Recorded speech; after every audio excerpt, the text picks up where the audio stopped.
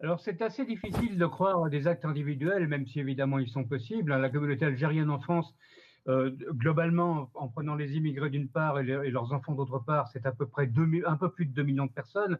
Donc, c'est une masse énorme dans laquelle il peut y avoir des individus qui s'expriment évidemment de leur propre initiative.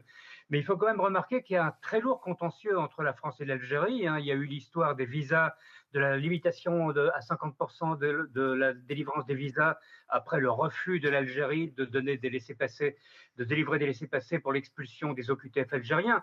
Pour mémoire, en 2021, il y a eu 7700 Algériens expulsables et seulement 22, soit 0,2% l'ont été, entre autres suite au refus des Algériens, du gouvernement algérien, de délivrer des visas, enfin des laissez-passer consulaires.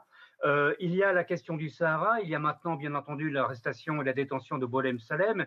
Il y a un contentieux très fort et l'Algérie s'est dotée depuis très longtemps de services de renseignement, entre autres aujourd'hui la Direction générale de la documentation et de la sécurité extérieure, l'équivalent algérien de la DGSE, qui sont extrêmement actifs en France via un réseau d'abord de 18 consulats, il y a 18 consulats d'Algérie en France, un réseau de mosquées contrôlées par l'Algérie et diverses associations.